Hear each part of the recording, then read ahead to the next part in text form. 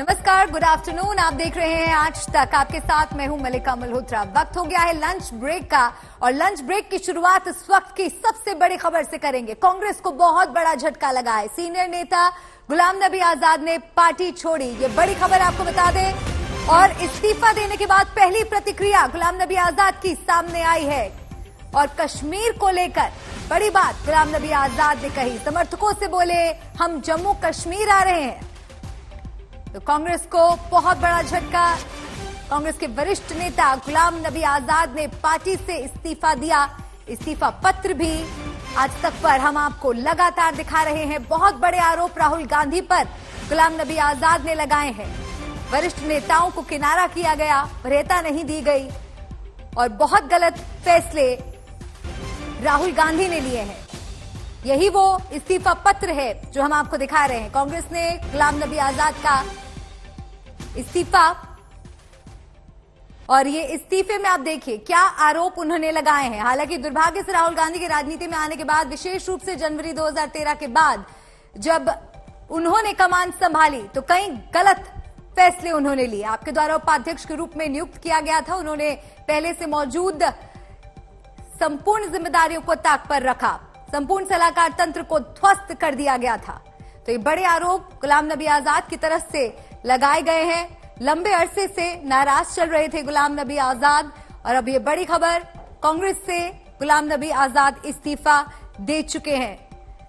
पहले प्राथमिक सदस्यता से इस्तीफा दिया, सोनिया गांधी को 5 पन्नों की चिट्ठी भेजी। राहुल गांधी के कांग्रेस में सक्रिय होते ही जिन वरिष्ठ कांग्रेसियों को दरकिनार किए जाने लगा, उनमें से एक गुलाम नबी आजाद भी थे।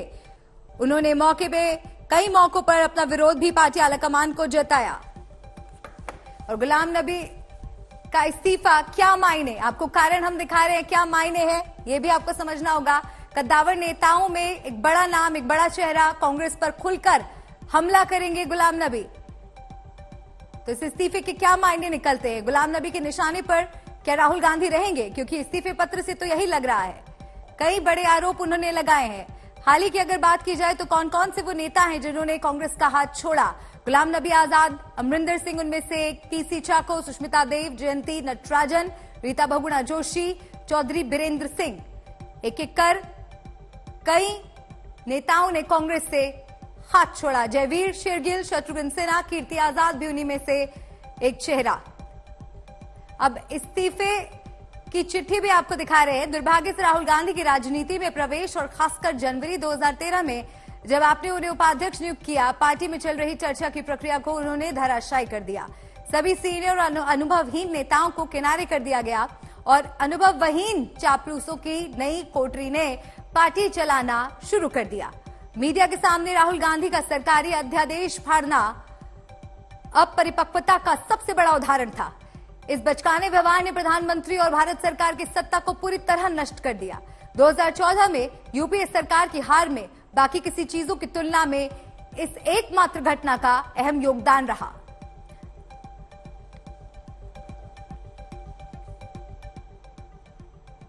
बात करते हैं सियासी बड़ी खबर की। गुलाम नबी आजाद का कांग्रेस से इस्तीफा, ये बहुत बड़ा झटका कांग्रेस को माना जा रहा है। कांग्रेस से आजाद हुए गुलाम नबी आजाद ने छोड़ी कांग्रेस। 5 पेज का इस्तीफा सोनिया गांधी को सौंपा। प्राथमिक सदस्यता से भी इस्तीफा दिया। आरोपों की धुआंधार बौछार 5 पन्नों के इस्तीफे पत्र में गुलाम नबी आजाद ने राहुल गांधी पर उठाए कई गंभीर सवाल। सुप्रिया भारद्वाज मेरी सहयोगी मेरे साथ जुड़ गई हैं। सुप्रिया, कांग्रेस को यकीनन एक बहुत बड़ा झटका, आरोपों की एक लंबी फहरिस्त देखी जा सकती है उस 5 पन्ने के इस्तीफे पत्र में। कांग्रेस पार्टी जो है वो कह रही है कि ये बहुत ही दुखद है, अनफॉर्चुनेट है कि जब पूरी की पूरी पार्टी एक साथ फिर से ऑर्गेनाइजेशन को स्ट्रेंथन करने के लिए भारत जोड़ो यात्रा शुरू करने जा रही है, उस समय कांग्रेस के एक सबसे बड़े वरिष्ठ नेता ने इस तरीके से 5 पन्ने का रेजिग्नेशन लेके जो है अपने आप को पार्टी से अलग कर लिया है, रेजिग्नेशन लेटर दे दिया है। जहां तक राहुल गांधी का सवाल आता है, कांग्रेस पार्टी के नेतृत्व, गांधी परिवार का सवाल आता है, उस मसले पर कांग्रेस पार्टी का कहना यह है कि आजाद साहब से वो पूछ रहे हैं, कांग्रेस पार्टी के जितने नेता हैं वो लोग कह रहे हैं कि हम उनसे पूछना चाहते हैं कि ऐसे क्या हुआ, क्योंकि 15 अगस्त को जब कांग्रेस पार्टी में इंडिपेंडेंस डे सेलिब्रेशन हो रही थी तो गुलाम नबी आजाद साहब के साथ ही जो है राहुल गांधी जी भी खड़े हुए नजर आए थे। उनका ये कहना है कि गुलाम नबी आजाद जो थे वही तिरंगा मार्च लेके निकले थे और उनके साथ राहुल गांधी थे। इसके साथ साथ उनका ये भी कहना है कि लगातार गुलाम नबी आजाद की पिछले कई जो महीनों में है कांग्रेस के शीर्ष, चाहे कांग्रेस की अध्यक्ष सोनिया गांधी हो, चाहे अन्य पार्टी के वरिष्ठ नेता हो, यहाँ तक कि राहुल गांधी के साथ भी 15 अगस्त की जो 10 दिन पहले ही मुलाकात हुई है, वहां पर बातचीत हुई है। तो ऐसा क्या हो गया कि डिफरेंसेस आयरन आउट नहीं हो सकते थे? कांग्रेस पार्टी के बहुत सारे नेता बहुत संगीन इल्जाम भी गुलाम नबी आजाद के ऊपर लगा रहे हैं। वो कह रहे हैं ये कुछ नहीं है, ये सिर्फ राज्यसभा सीट की टीस है। इसके साथ उन्होंने कहा कि जब ये नई पार्टी बनानी थी उसमें भी जो कांग्रेस पार्टी है उन्होंने उनसे रीच आउट किया, उनसे पूछा कि किस तरह कमेटी बनानी चाहिए, और जो सारा समीकरण है वो जम्मू कश्मीर में जो इलेक्शन होना है उसको देखकर किया गया। इसके साथ साथ कांग्रेस पार्टी ने तो भाजपा के ऊपर भी ठीकरा फोड़ दिया। जो पार्टी के नेताओं के साथ हम लोग बात कर रहे हैं तो उनका कहना यह है कि सबको दिख गया था कि गुलाम नबी आजाद जो है वो किस और उनका रुझान है, किस तरफ उनका टिल्ट है, क्योंकि प्रधानमंत्री नरेंद्र मोदी ने जिस तरह से संबोधित किया था लास्ट डे पे जब वो छोड़कर जा रहे थे, उनका लास्ट डे था, टेन्योर था राज्यसभा मेंबर के तौर पर, तो उन्होंने कहा कि सबको दिखता है कि उनका टिल्ट किस ओर है। लेकिन गुलाम नबी आजाद साहब का जो कैंप है उधर से खबर निकल के आ रही है, वो कह रहे हैं कि वो बहुत स्टॉलवर्ड नेता है। प्रधानमंत्री तो क्या पूरे विदेश भर में लोग जो है जो उनको रिस्पेक्ट करते हैं, वो भारत रत्न उनको मिला है। लेकिन तलखी जो है वो बहुत पहले से कहीं ना कहीं समझ आ रही थी। राहुल गांधी ने कहा नया युवा ब्लड जो है इसको लेके आना है, उसके बाद जो पार्टी को स्ट्रेंथन करना है। चिंतन शिविर हुआ उदयपुर में, कहा गया वहां पर भी चीजें ईज आउट करने की बात हुई। गुलाम नबी आजाद जो है वो हेड कर रहे थे G23 ग्रुप को। कांग्रेस पार्टी में इस समय ना सिर्फ भारत जोड़ो यात्रा, इसके साथ साथ ऑर्गेनाइजेशन इलेक्शन भी है, और उस समय जो है कांग्रेस पार्टी ने ऑफिशियल स्टेटमेंट गुलाम नबी आजाद समेत 23 वरिष्ठ नेता रहे हैं जो लगातार पार्टी की कार्यशैली पर सवाल उठा रहे हैं। सुप्रिया बने रही है हमारे साथ। इस बीच कुछ प्रतिक्रियाएं भी मिल रही हैं, दर्शकों को वो सुनाते हैं, उसके बाद मैं लौटती हूँ आपके पास। है जरूर, इसमें कोई शक नहीं है कि कांग्रेस को एक धक्का लगा तब से ही, जब से वो 32 लोगों ने वो चिट्ठी लिखी तब से ही धक्का लगा है, ऐसी बात नहीं है। मगर पहले भी धक्का लगा है। अगर आपको याद होगा मिसेस इंदिरा गांधी के वक्त में जब मोरारजी भाई चले गए, मोरारजी भाई बहुत कदावर लीडर थे और संघर्ष में हिंदुस्तान की आज़ादी में सबसे बड़ा रोल उनका भी है। मगर कांग्रेस मरी नहीं, कांग्रेस बढ़ती गई, चलती गई, और मैं समझता हूँ आज भी इन्हें जिन्होंने छोड़ रखा है इनको फिर से सोचना चाहिए, और कांग्रेस की लीडरशिप को ये सोचना चाहिए कि इन कदावर लीडरों को कैसे वापस ला सकें। इनसे बात करें, इनके दिलों की बात को सुनने की कोशिश करें और उस पर अमल करने की कोशिश करें। गुलाम नबी आजाद साहब ने कांग्रेस पार्टी से त्याग पत्र दिया है, ये कांग्रेस पार्टी का एक इंटरनल मामला है, उनकी अपनी आंतरिक राजनीति है। लेकिन जिस प्रकार त्याग पत्र देते समय श्री गुलाम नबी आजाद साहब ने कांग्रेस पार्टी पर गंभीर आरोप लगाए हैं कि कांग्रेस पार्टी में इंटरनल डेमोक्रेसी नहीं है, कांग्रेस पार्टी रिमोट कंट्रोल से चलाई जाती है, और कांग्रेस पार्टी में दिखावा और छलावा बहुत ज्यादा है। इससे एक बात प्रमाणित होती है कि कांग्रेस पार्टी सिर्फ एक खानदान की पार्टी है। कोई भी व्यक्ति उसमें थोड़ा सा भी अगर रिस्पेक्ट है, इज्जत है, वो कांग्रेस में नहीं रह सकता। वो कांग्रेस जो क्लेम करती है कि हम महात्मा गांधी की पार्टी हैं, सरदार पटेल की पार्टी हैं, लाल बहादुर शास्त्री जवाहरलाल नेहरू की बात करते हैं, वो इस लेवल पर पहुंच गई है। एक परिवार, और परिवार में भी एक व्यक्ति जिसकी कोई कैपेसिटी नहीं, और दो तीन इलेक्शंस में उसको लोगों ने देख लिया है, उसको लीडर मानो, और जो वो कहता है, उसकी जो बातचीत सुने, उसकी जो है वो सारे सभी के सामने है। कांग्रेस पार्टी अपनी आइडियोलॉजी से पूर्ण रूप से भटक गई है। कांग्रेस पार्टी अब वो नेहरू और इंदिरा और राजीव जी वाली पार्टी नहीं रही है। कांग्रेस पार्टी में कुछ चंद लोग गलत फैसले करवाए जा रहे हैं, राहुल जी गलत फैसले करते जा रहे हैं। अगर बार बार अच्छे नेता कोई पार्टी छोड़ते हैं तो मतलब वो नेता छोड़ने वालों में डिफेक्ट नहीं है, पार्टी में डिफेक्ट है। अब आज गुलाम नबी आजाद साहब छोड़ गए, ज्योतिरादित्य सिंधिया पहले छोड़ गए थे, मैं छोड़ गया, RPN सिंह जी छोड़ गए, जतिन प्रसाद जी छोड़ गए, कल जयवीर शेरगिल जी छोड़ गए। तो इसका हम वो लोग हैं जिन्होंने अपने खून से पसीने से कांग्रेस को सींचा। अगर हम लोग छोड़ के जा रहे हैं तो मतलब यही कहीं न कहीं Congress party is finished. Ghulam Nabi Azad ने कांग्रेस को अलविदा कह दिया है, नाता तोड़ दिया है और 5 पन्ने के इस्तीफे पत्र में आरोपों की बौछार है। क्या जवाब कांग्रेस की तरफ से दिया जा रहा है उनके आरोपों पर, सुनिए।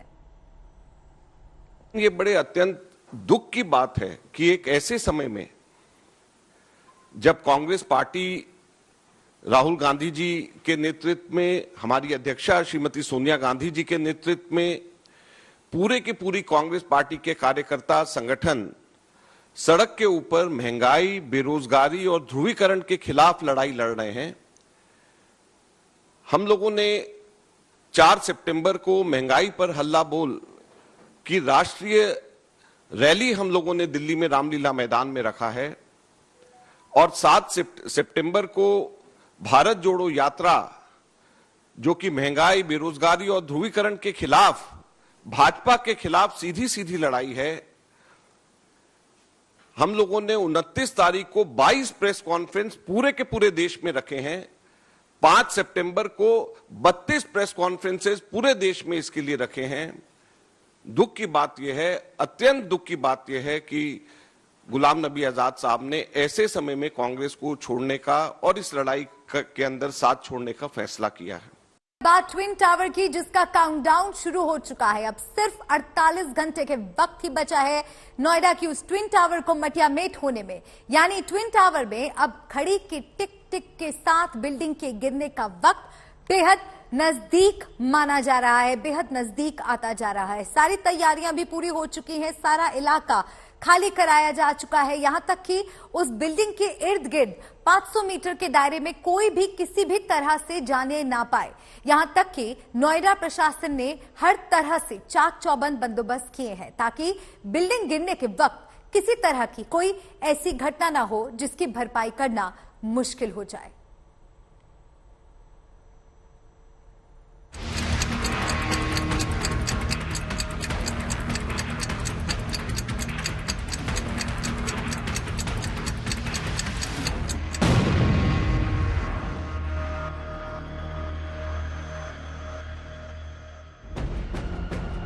घड़ी की टिक टिक के साथ इस ट्विन टावर के जमींदोज होने का वक्त भी करीब आता जा रहा है और जब से ये बात साफ हुई है कि आने वाला संडे इस बिल्डिंग का आखिरी संडे होगा, दूर दूर से लोग इस बिल्डिंग को करीब से देखने के लिए पहुंचने लगे हैं। 30 और 32 मंजिल की इन 2 इमारतों के ये अब आखिरी 48 घंटे हैं।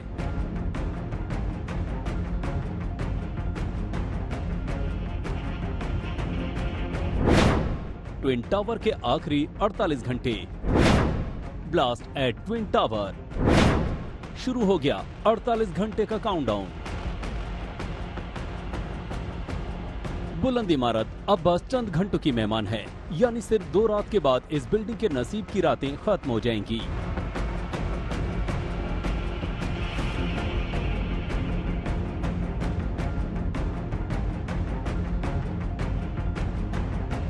अब जरा इस मंजर को गौर से देखिए।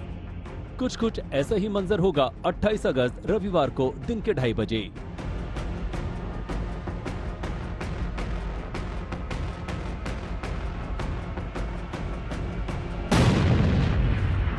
जिस वक्त इस बिल्डिंग को धमाके के साथ उड़ाया जाएगा, या यूं कहें इस गगनचुंबी इमारत की छत को जमीन से मिलाया जाएगा, उस वक्त इस बिल्डिंग के चारों तरफ 500 मीटर का दायरा पूरी तरह से जनविहीन होगा।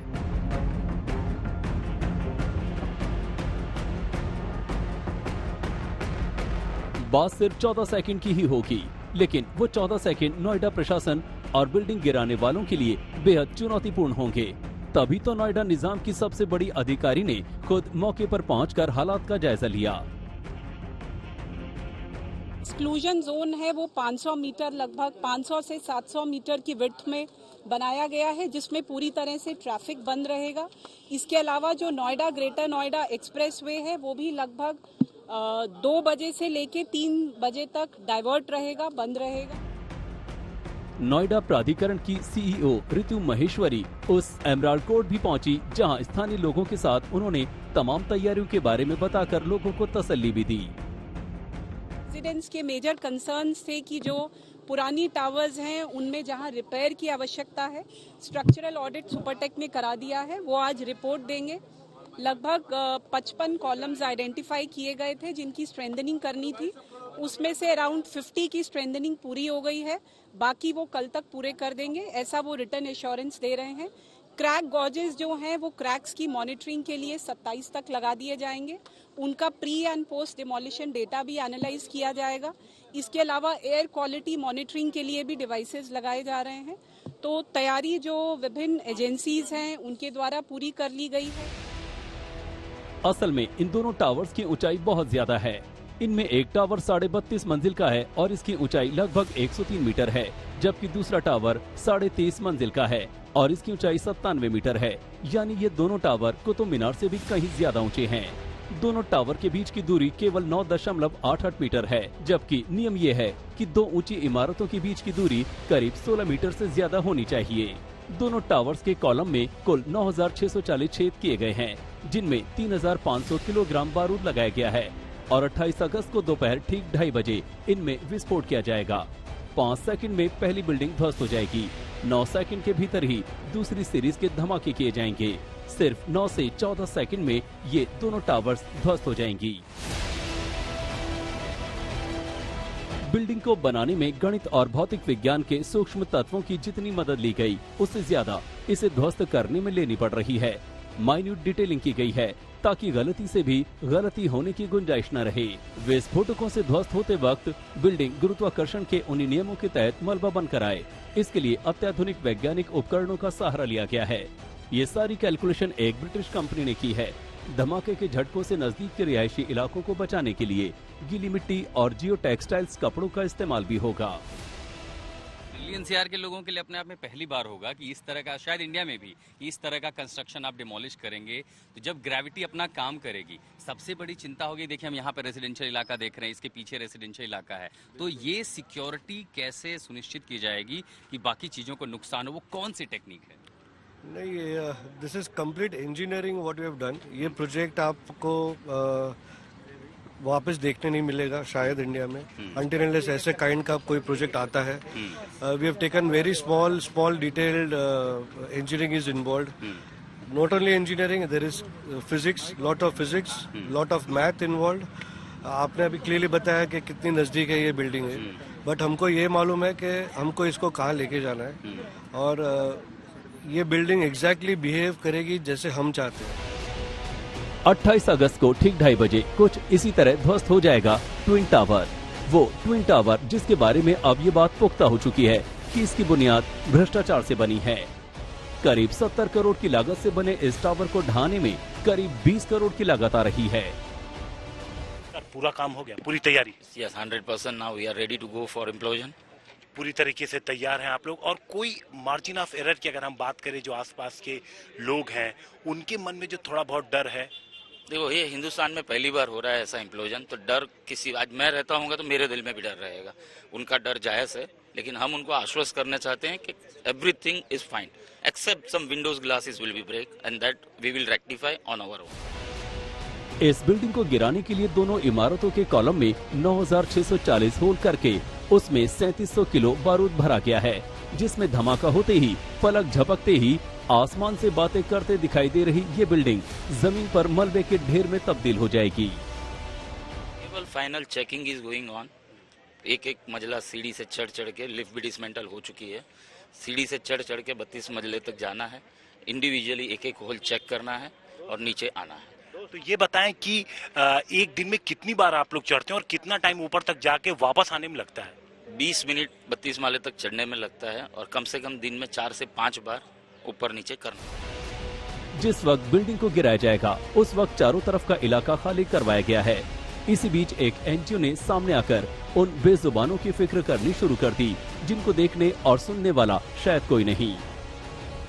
तो हम इनके साथ लोकल एनिमल फीडर्स और वर्कर्स के साथ उनको हेल्प कर रहे हैं मिलके, जस्ट फॉर द रेस्क्यू।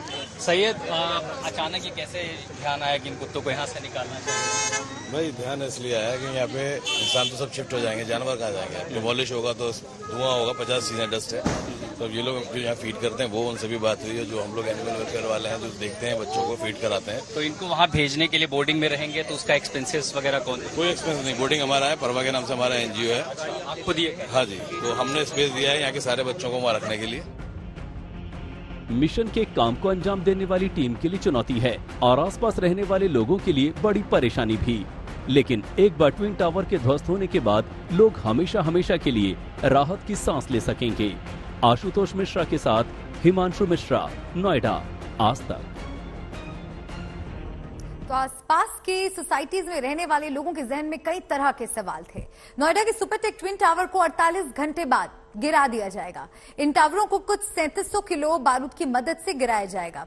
जाहिर है कि टावरों को गिराने से होने वाली कंपन और प्रदूषण जो पैदा होगा उससे भी लोगों को परेशानी हो सकती है और इसी बात ने लोगों को थोड़ा परेशानी में भी डाल दिया। हालांकि उत्तर प्रदेश प्रदूषण नियंत्रण बोर्ड ने इसको लेकर भी बंदोबस्त किए हैं। एक तरफ जहां इस टावर के पड़ोस में रहने वाले लोगों को अपने घर को नुकसान पहुंचने का खतरा मंडरा रहा है, लेकिन एक और बात भी है जो लोगों को जज्बाती किए हुए है। इतने समय से इस बिल्डिंग के साए में रहते रहते शायद कुछ आदत सी पड़ गई है, लेकिन 28 अगस्त की दोपहर के बाद यहाँ के हालात काफी बदल चुके होंगे।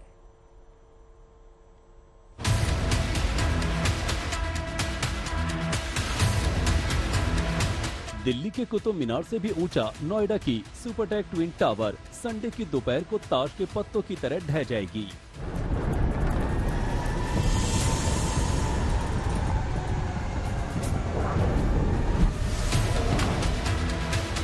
सिर्फ 10 सेकंड तक बारूद का धमाका होगा और अगले 14 सेकंड के भीतर ये ऊंची मीनार धूल के गुबार से होती हुई जमीन पर धराशायी हो जाएगी। गिरते गिरते ये ट्विन टावर भी एक इतिहास रच जाएगी। इतिहास रचने वाली है ट्विन टावर, ध्वस्त की जाने वाली भारत की सबसे ऊंची इमारत, सबसे ज्यादा बारूद से गिराई जाने वाली बिल्डिंग। ट्विन टावर को मटियामेट करने के लिए 3700 किलोग्राम से ज्यादा बारूद बिल्डिंग में लगाया गया है। रूपरेखा तय की गई है उसे फाइनल अब यहाँ पर मुहर लगनी बाकी है। आप देख सकते हैं जो तमाम लोग हैं वो अब इसको फाइनल रूप देने की कोशिश कर रहे हैं। जिन लोगों को यहाँ से करीब 7000 ऐसे परिवार हैं जिनको उस दिन शिफ्ट किया जाना है, उसकी तैयारी पूरी कर ली गई है। तो यहाँ पर जो तमाम अधिकारी पहुंचेंगे वो ये देखेंगे कि जो भी चीज पहले बात हुई थी उनमें से कितना काम रह गया है। तो अभी तक की जानकारी के मुताबिक सारी तैयारियां हो चुकी हैं, अब सिर्फ मुहर लगना बाकी है और उसके बाद जिस तरीके से जो टाइमलाइन तय की गई है उसके हिसाब से शनिवार शाम के बाद कार्रवाई शुरू की जाएगी। जाहिर है बिल्डिंग को गिराते वक्त नोएडा के निजाम ने बड़ी एहतियात बरती है। खासतौर पर ट्विन टावर के आसपास की सोसाइटीज में रहने वाले लोगों के लिए बाकायदा गाइडलाइन भी तैयार की गई है, क्योंकि डी डे वाले रोज उनके लिए खासतौर पर हिदायतें जारी की गई हैं। तो सुबह 7 बजे इमर्ल्ड कोर्ट के निवासी सोसाइटी खाली कर देंगे। सुबह 7:10 पर सिक्योरिटी टीम पूरी बिल्डिंग का मुआयना करेगी। सुबह 7:20 पर पूरी बिल्डिंग की बिजली काट दी जाएगी। सुबह 7:30 बजे लिफ्ट बंद कर दी जाएगी और पानी की सप्लाई बंद कर दी जाएगी। शाम 4:30 बजे लिफ्ट दोबारा चलनी शुरू होंगी। शाम 5 बजे तक पानी और बिजली की सुचारू सप्लाई शुरू होगी। सब कुछ ठीक रहा तो इसके बाद यहाँ के निवासी अपने अपने घर लौट आएंगे। ये ठीक है कि शाम तक लौटने की इजाजत दे दी जाएगी, लेकिन धूल और धुएं के गुबार में शायद ही कोई उस दिन लौटे। दिन पहले हम लोग शिफ्ट होंगे यहाँ से। RW का कहना तो ये है कि अर्ली मॉर्निंग 7 हम लोग शिफ्ट हो सकते हैं, बट हम लोग अपने कन्वीनियंस के अकॉर्डिंग एक दिन पहले ही शिफ्ट हो जाएंगे एंड 28 को भी नहीं होंगे, 29 की इवनिंग में हम लोग आएंगे वापस। जब आप बिल्डिंग के भीतर आते हैं तो ये देखिए कितनी नज़दीकी, जो सबसे बड़ी फिक्र थी वो क्यों थी। ये जो काली थैली में आप जो देख रहे हैं स्ट्रक्चर, यही है वो ट्विन टावर। ये गिरना है और वहाँ से मेरे बीच की दूरी अगर आप देखेंगे तो महज कुछ मीटर ही है जहाँ पर मैं खड़ा हूँ। नीचे आप देखिए ये बड़े बड़े कंटेनर लगाए गए हैं ताकि जब मलबा नीचे गिरेगा, अब ये समझिए कि 30 मंजिला इमारत जब नीचे गिरेगी तो ढेर सारा मलबा आएगा। वो मलबा जो हॉरिजॉन्टली ना फैले उसको रोकने के लिए यहाँ पर आप देखिए बड़े बड़े कंटेनर लगाए गए हैं। देखिए बस सिर्फ इतना ही नहीं है कि क्या हिदायत मिली है RW से। हाँ, सामान बचाने के लिए हम जैसे टीवी को पलंग के ऊपर उल्टा लटाएंगे, जितनी ये वॉल हैंगिंग्स है ये सब हटा देंगे और अपने घर को हम पॉलीथीन से कवर भी कर रहे हैं एडिफिस वाले भी कह रहे हैं कि जो हमारे ग्लासेस वगैरह अगर इनकेस अगर टूटते हैं तो वो रिप्लेस करके दो। इसी बीच जिस वक्त ट्विन टावर में धमाका किया जाएगा, उसके अगले कई मिनटों तक बिल्डिंग के चारों तरफ धूल और धुएं का गुबार ही नजर आएगा। धूल का गुबार कितनी दूर तक जाएगा, इसका अनुमान रविवार को चलने वाली हवा की रफ्तार और दिशा पर निर्भर करेगा। 103 मीटर ऊंची इमारत गिरने से भारी मात्रा में धूल का प्रदूषण होगा और धमाके से जबरदस्त शोर पैदा होगा, जिससे कंपन भी हो सकता है और आसपास की बिल्डिंग पर उसका असर भी पड़ सकता है। Air pollution, ambient air quality में जो भी इम्पैक्ट आएगा, उसके असेसमेंट के लिए हमारे 8 मैनुअल स्टेशंस हमने वहाँ पर 500 मीटर और 1 किलोमीटर की दूरी पर डिप्लॉय किए हैं और सेक्टर्स 125 और 116 में जो हमारे continuous air quality monitoring stations हैं, वो भी इसकी लगातार मॉनिटरिंग करेंगे, जिससे हमें डेटा प्राप्त हो सकेगा कि PM10 और PM2.5 की मात्रा में कितनी वृद्धि हुई है। ऐसा अनुमान लगाया जा रहा है कि 10 माइक्रोन से ज्यादा बड़े धूल के कण चारों तरफ फैल सकते हैं, जिसके लिए बिल्डिंग के चारों तरफ 10 एंटी स्मॉग गन्स लगाई गई हैं, जबकि इससे छोटे धूल के कणों को स्मॉग मशीन से पानी का छिड़काव करके जमीन पर गिरा दिया जाएगा, जिससे लोगों को नुकसान कम हो। पूरा प्रयास ये है कि हम जो भी वहाँ पर 1 किलोमीटर तक जो भी रोड्स हैं या बाकी हैं, वहाँ पर एंटी स्मोक गन्स डिप्लॉय की गई हैं और जो रोड्स पर डस्ट आएगी उसके क्लीनिंग के लिए मैकेनिकल जो हमारे मैकेनिकल स्वीपिंग मशीन्स हैं वो भी डिप्लॉयड हैं और मैनुअल भी लगभग 200 की फोर्स रहेगी लेबरर्स की, जो उसको तो हटाने का काम करेंगी। इसके अलावा वहाँ पर 100 टैंकर्स वहीं पर तैनात रहेंगे जो रोड्स को धोने का काम करेंगे, या हॉर्टिकल्चर जो भी वहाँ पर छोटे पेड़ हैं उनके वॉशिंग का भी काम साथ साथ होता रहेगा, जिससे कोई भी एयर पोल्यूशन PM2.5 या PM10 का जो प्रवाह है उसके बाद ना हो सके। बिल्डिंग गिरने की अनगिनत तस्वीरें अभी तक लोगों ने टीवी या फिल्म के पर्दे पर ही देखी होंगी। अब नोएडा के लोग उसे साक्षात अपनी आंखों के सामने गिरते हुए देखेंगे।